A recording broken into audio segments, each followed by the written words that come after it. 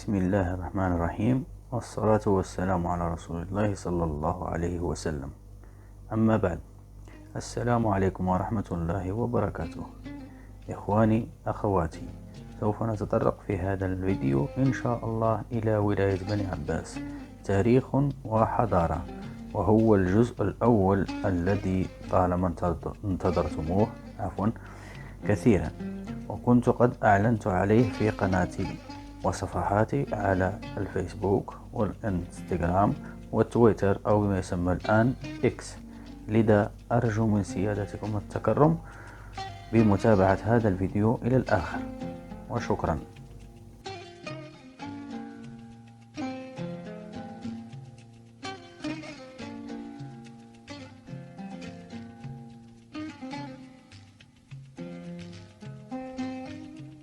قصر بني عباس، أو ما يعرف محليا بالقصر القديم أو قصر واحة النخيل، هو أحد القصور التاريخية لبني عباس، أسرة من الأشراف العباسيين الهاشميين بالجنوب الغربي الجزائري. يصنف هذا القصر ضمن التراث المعماري الوطني للجزائر، تم تأسيسها من قبل العلامة محمد بن عبد السلام ملي خاتم طلع القرن 18 بعد اتفاق بين القبيلة لمحلي أولاد مهدي أولاد رحو، على ترك قصورها مال السابقة ولا التعايش في قصر واحد وطل حتى التاريخ.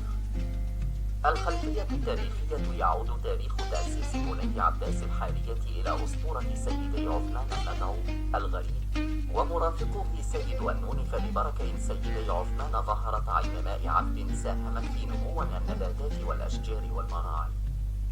بعد ذلك ب40 سنة يقدم المهدي بن يوسف من الساقية الحمراء، وهو من بني عباس، أول في سكن المدينة، ليستقر رفقة علي بن مؤمن من قبيلة عريب الذي جلب معه النخيل من وادي الدرع. أسسوا قصر أولاد مهدي الذي سكنه يوسف وسعيد أبناء المهدي العباسي بن يوسف ومحمد بن علي بن مؤمن. عاشت المنطقة في سلام وازدهار بالزراعة والتجارة، مما جلب لها عددا كبيرا من المهاجرين من مختلف المناطق خصوصا من الشرق. سيدي علي بن يحيى الذي كان يرافقه ابن عبد الواسع خلفه كان رجل ذو خبرة في الميدان الزراعي. استقر في بني عباس، أين أسس قصر أولاد رحون الذي سكنه ابنه مولاي ورحون. أخوه أسس زاوية شروين بمنطقة قوران. التطور المستمر للمنطقة وازدهارها جلب لها العديد من الأعداء. فترة طويلة من الغارات دفعت العبابسة إلى طلب المساعد من القبائل الأخرى، وفي طريقهم مروا بزاوية من لا يخاف الكثير، أين تم اصطحابهم المرابط محمد بن عبد السلام. لدى وصولهم إلى بني عباس قاموا بدحر الأعداء. التاريخ يعود تاريخ تعمير بني عباس إلى فترات ما قبل التاريخ، ويشهد على ذلك رسومات منطقة مرحومة. إن أول من سكن منطقة بني عباس هي قبيلة بني حسان من بني معقل ودلك في قصر حرس الليل وغار الديبة، لم يدم بقائهم طويل، حيث انتقلت القبيلة إلى منطقة واد نال الدرعوى ونال السقية الحمراء، فيما بعد دلك إلى موريتانيا ودلك خلال القرن 13. بعد ذلك تحدث أسطورة سيدي عثمان ويخرج الماء ببركة هذا الأخير. ثم بعد ذلك ب40 سنة يقدم المهدي بن يوسف من الساقية الحمراء ليستقر بالمنطقة، ثم يأتي سيدي علي بن يحيى وخليفة من فيقيق، وهكذا أسس قصرين بالمنطقة. هذين الأخيرين لم يكونا قادرين على حمايتهم من هجمات رحل المزامنة لموسم جنيال التمور، لكن الوضع استمر كذلك حتى مجيء لمرابط سيدي محمد بن عبد السلام، حيث تم بناء قصر ما حصن دخل واحة النخيل ودلك عام 1605. استمرت وافد القبيل على المنطقة، ونذكر من ذلك أولاد موسى بن علي منة منطيط وأولاد حامد منة منطيط كذلك، وعاش الجميع دخل القصر القديم. بني عباس واحدة من أقدم المناطق التي شهدت تجمعات سكانية منذ العصور الحجرية، إذ تشهد البحوث والآثار بأن الإنسان البدائي استقر بها، كما تدل أيضا أنها كانت منطقة بحرية، وقد اشتملت كذلك على غابات كثيفة ثم تمركزت بها بعض حضارات ضفاف الثورة التي نشأ حواليها العديد من القصور الأقب إلى متعددة كبني حسون وقطيبة السلامة، ليتم أخيرا بناء القصر القديم قصر بني عباس في قلب غابة النخيل سنة 1605. كما تعرضت بني عباس آنذاك للعديد من هجمات اللصوص والمعتدين طمعا في خيراتها، وخصوصا مياه عين سيدي عثمان المعدنية والثروة الزراعية التي أظهرت الأعداء. وبدخول قوات الاستعمار لفرنسي لما نطقاي أدرك أهميتها، فأنشأ بها مراكز الأبحاث العالمية، وأقام بها المتحف وحديقة الحيوانات والحديقة النباتية، كما شرع في التقرير عن الثروات المعدنية. واعتبر بني عباس مراكز بئرة منهد 1956 والحقها إدرايا بمشرة بمعسكر، وبعد الاستقلال ضمت بئرة بني عباس جميع القصور والمدن الواقعة جنوب الولاية من تاب البالد إلى حدود إدرار. التأسيس والتطور. وأكد السيد محمد بن عبد السلام أن القصرين الموجودين بالمكان غير قادرين على حماية العبابسة، فاقترح بناء قصر واحد بوسط غابة النخيل، قصر الواحة. قوبل هذا الاقتراح بالقبول، لكن ترددوا حول المكان الذي سوف يقام عليه القصر. وردت هناك روايتان لا أولت قولا إن للسيد محمد بن عبد السلام رمى عصاه من أعلى التي لا فايدة له، وظلمه بالبركة والصلاة حتى أوطى الواحة. وبالضبط في بستان أحد أحفاد السيد علي بن يحيى. أما الرواية الثانية فتقول أن المرابط غرز عصاه في ليلة مظلمة بدل أن يرميها، وبذلك يعوض صاحب البستان بمناطق أخرى خارج الواحة. كما توكل مهمة الإمامة وتدريس القرآن للسيد محمد بن عبد السلام فلك مطلع القرن 18 هنا في قطي مكان للتكلم عن تأسيس بني عباس.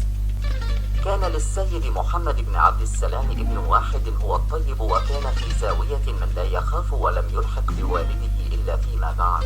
تزوج السيد محمد بن عبد السلام امرأة من المنطقة، وأنجب منها 3 أولاد هم الشيخ البدوي والتهامي، ولم يكن له عقب إلى منهم.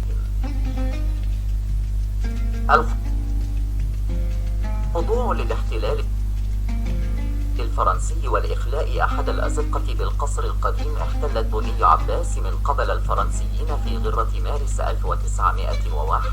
وصل إليها الجنرال ريسبور ضابط قائد فرقة وهران، وهي فرقة مشاة من الجيش الفرنسي، وهي بدورها جزء من الفيلق 19 المتمركز بالجزائر فيلعم لموالي.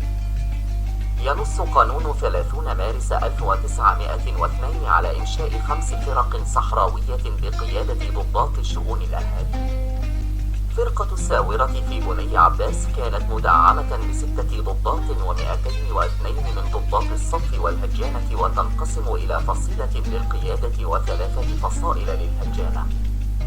في عام 1904 تم إنشاء فرقتين صحراويتين، واحدة في بني عباس والأخرى في بشار.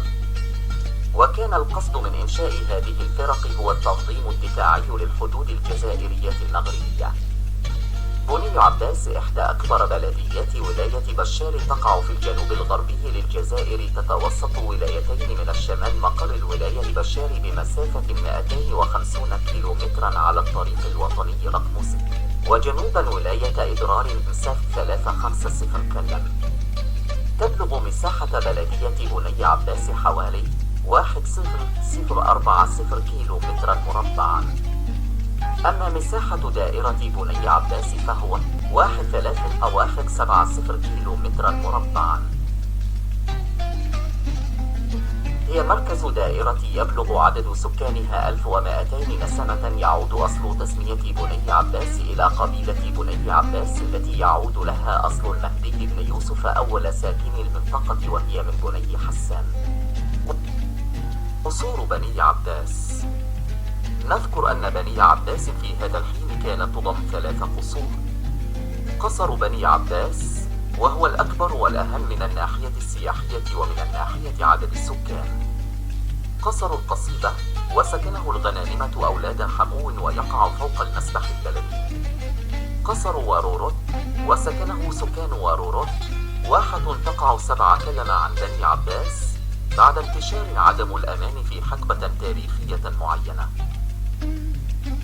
الوسط الطبيعي لتضاريس بني عباس تقع على ضفاف العرق الغربي الكبير، إذ تحيط بها الكثبان الرملية المرتفعة عبر أكثر من ناحيتين من الشمال الشرقي وإلى الجنوب الشرقي، كما توجد بها مرتفعات منخفضة على طول الناحية الغربية امتدادا لسلسلة جبال الأطلس لصحراوي أهمها مرتفعات هموشة، حدب بابا حيدة، مرحومة، اليوقارة، الزغامرة، الوديان بني عباس هي قلب منطقة الساورة.